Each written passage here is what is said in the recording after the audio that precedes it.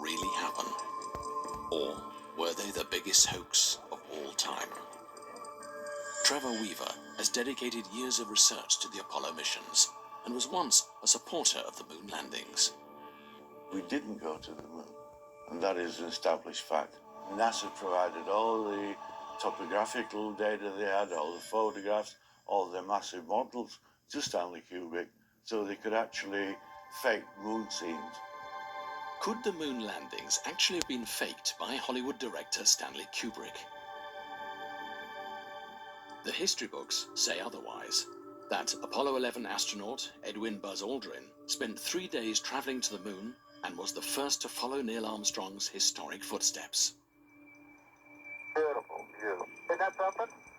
I'm totally in favor of freedom of speech, but I think people need to be responsible when they think about intentionally, for their own benefit, misleading the young people who are the future leaders of our world. Moon conspiracy theorists have been a small but persistent and vocal group, over the years often confronting and accusing astronauts of lying. In 2002, when conspiracy theorist Bart Sibrel buttonholed Buzz Aldrin, his temper got the better of him. You're the one who said you walked on the moon when you didn't. Calling the kettle black if ever thought of it. Saying I misrepresented myself. Away from me. You're a coward and a liar and a thief. The punch stirred a generation less trusting of traditional media, more open to believing fake news and theories spread on the internet, and revived the moon landings hoax theories. NASA never realized that we would have something called the internet. It's only now, when all those videos are available, that people can see what the problems are. I think the propagation of so-called fake news, the spread, which is very welcome, of access to the internet, means that we have far more sources than we used to. There is a real crisis in understanding the strength of those sources. People often have some kind of distrust of authority, governments, and so on, and they assume that there's some kind of plot to keep the information from us, that actually the propaganda victory of going to the moon could be based on something that was entirely fabricated. But if the Apollo missions were faked, it would mean NASA had managed to keep one of the biggest secrets ever created. 50 years ago, the Soviet Union and the USA were locked in a struggle for global dominance. Then, on October the 4th, 1957, the Soviets launched Sputnik, the world's first satellite, into orbit. A breakthrough that hit America hard and made the race to space even more crucial. There's no doubt that the space race in the 1960s was driven by superpower rivalry. There was a degree of anxiety in the West about the advancement in Soviet technology, the feeling the West somehow had lost its leadership and needed to catch up. We choose to go to the moon in this decade and do the other things, not because they are easy, but because they are hard. At the peak of the Apollo program, NASA employed 400,000 people. But was putting a man on the moon so important that the United States government faked it?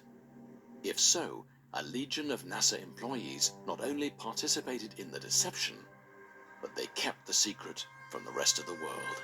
That was such a seminal event that it wasn't just about the mission itself, but the way that that influenced wider life. People began to think, oh, we can do space travel, we can actually go to other worlds.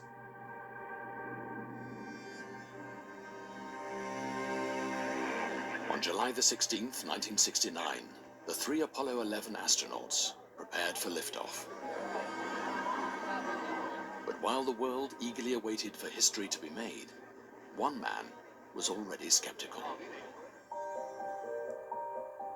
During the 1960s, Bill Kaysing was the head of technical publications for Rocketdyne, the company that helped manufacture the Apollo rockets. Kaysing, who claimed he had access to some of its top-secret documents, questioned the competence of the Apollo project. I really believe that they weren't in the command capsule at launch. They did a little bit of a magician act with the astronauts. They went up the elevator, but they came down the elevator. In other words, they did not want to risk the lives of the astronauts in case the Saturn blew up. An explosive claim, which Casing said the CIA tried to silence by making 3 attempts on his life. Like Casing, Marcus Allen, British publisher of Nexus, a magazine of alternative politics, history and science, also questions NASA's engineering capability at the time of the launches. The problem is the whole Apollo program was a complete fabrication in order to be seen to succeed in the Cold War.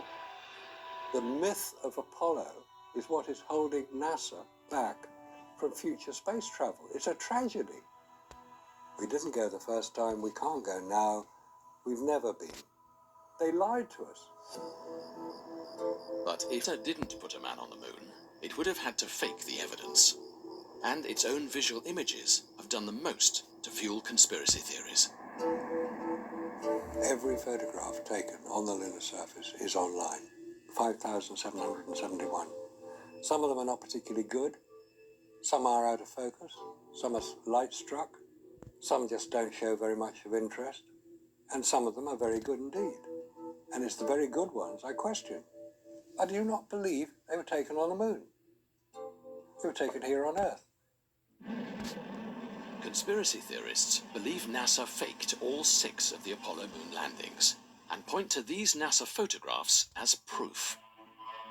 Some of the most renowned claims suggest that areas lit from behind should be in dark shade, when in fact they reveal full detail. In others, the shadows don't run parallel. Is this because they were lit by separate sources, suggesting film lighting? Despite being taken in space, no stars are visible in any of the Apollo photographs. Gravity on the moon is 1/6 of that on Earth, but when archive footage is sped up, the astronauts appear to be running at normal speed in Earth's gravity. And with no atmosphere on the moon, why does the flag seem to wave in a breeze?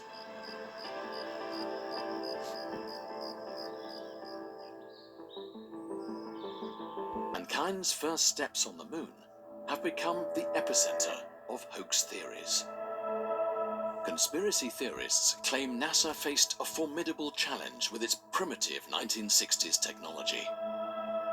Just 14 months before the Apollo 11 mission, Neil Armstrong test-piloted a prototype lunar lander. The result was disastrous. Unfortunately, it went out of his control, and luckily he was able to eject before it crashed in flames. If they couldn't get a simulator to work on Earth, how in the world could they get the actual lunar module to work on the moon? And that was Andy Hooper's Neil and Buzz. There was no provision for rescue.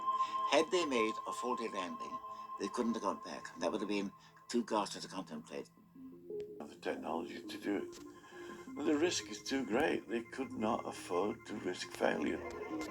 They wouldn't allow themselves to rely on science and technology to get them there. Pat Norris is a former space system and software engineer, hired by NASA to analyze the challenges of navigating to the moon and back. In the 1950s, computers didn't really exist. But by the mid-1960s, computers were available that were powerful enough to do the calculations needed for such a complicated mission. Of course, by comparison with today's computers, they were very primitive. While these advancements should surely encourage a new line of missions, conspiracy theorists argue that this is enough to question if we ever could have gone in the first place. We're talking about the mid-1960s here, when computers occupied rooms. The sort of computing power that you have in a mobile phone today would be greater than the computing power that was alleged to have been used to land man on the moon. One of the reasons that we had difficulty in navigating close to the moon was that the computers available weren't able to provide a sufficiently detailed mathematical model of the moon's gravity.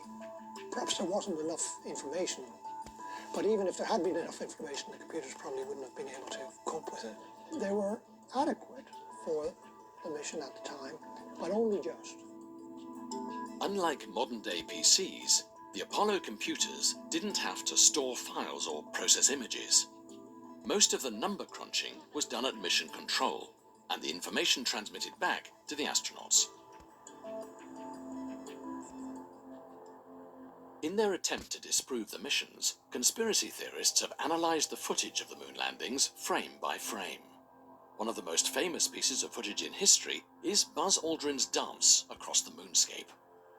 Near the end of the 2.5 hours, in front of the television camera, I did have an opportunity to prance around and hop and demonstrate different methods of moving around. The movement, because of the restrictions of the spacesuit, was basically like being in slow motion. The famous lunar walk shows Aldrin experimenting with the restrictions of the spacesuit. So-called kangaroo hop does work, but it seems your forward ability is not quite as good. Conspiracy theorists have claimed that the footage was actually filmed in slow motion in a studio, and that the astronauts were supported by wires to replicate these movements on the moon. The astronaut is dangling on a wire to take off, if you like, the difference between the Earth gravity and the moon gravity. The wire was between the backpack and the body. The problem is the astronauts tended to rely on this wire. So you see lots of jerky movements. Astronauts were wearing pretty big and bulky spacesuits, and the weight distribution isn't the same as you or I walking around on the surface of the Earth here. The astronauts had to really cope with that and work out if they're top heavy, how to move around such that they weren't going to fall over all the time and be unbalanced. You do have to be rather careful to keep track of where your center of mass is. You can see that astronauts really adapted really well to that and started to kind of develop this new walk. While the exact conditions of the moon couldn't be replicated on Earth, NASA introduced methods to adapt the astronauts. One of their favorite methods was parabolic flight, or as the astronauts called it, the vomit comet. By climbing and diving in a series of arcs, an aeroplane could simulate 30-second windows of reduced gravity. These sessions served as road tests for the spacesuits and gave astronauts their first taste of lunar gravity. If, as the conspiracy theorists claim, NASA faked the Apollo missions, then it also had to fake the photographic evidence. I was trained as a photographer in London back in the 1960s. I was familiar with the camera that was used, the Hasselblad camera, and also with the film that was used, Kodak Ektachrome transparency material. So I was familiar with the technical side of it. And the more I looked at the photographs, the more I started to doubt whether what we'd been told had happened had actually happened the way we'd been told. Also siding with Marcus, American conspiracy theorist Ralph Rene raised a different technical question. Could the gloves the astronauts wore on their pressurized spacesuits have actually worked on the moon? What I do is I pull a vacuum in this chamber I created, and I have a glove inserted inside of it, and it was to prove that the flexibility they shown in their suits and gloves are impossible. Right now, I can put my hand in there and I can move it every which way. I can grasp, I make a fist, I can lift up, down. But as soon as I throw this switch here, I evacuate the chamber. As air is sucked out of the machine, the vacuum makes it more and more difficult to move the glove. And this glove doesn't want to move. I can't bend it backwards. I can hardly force it down.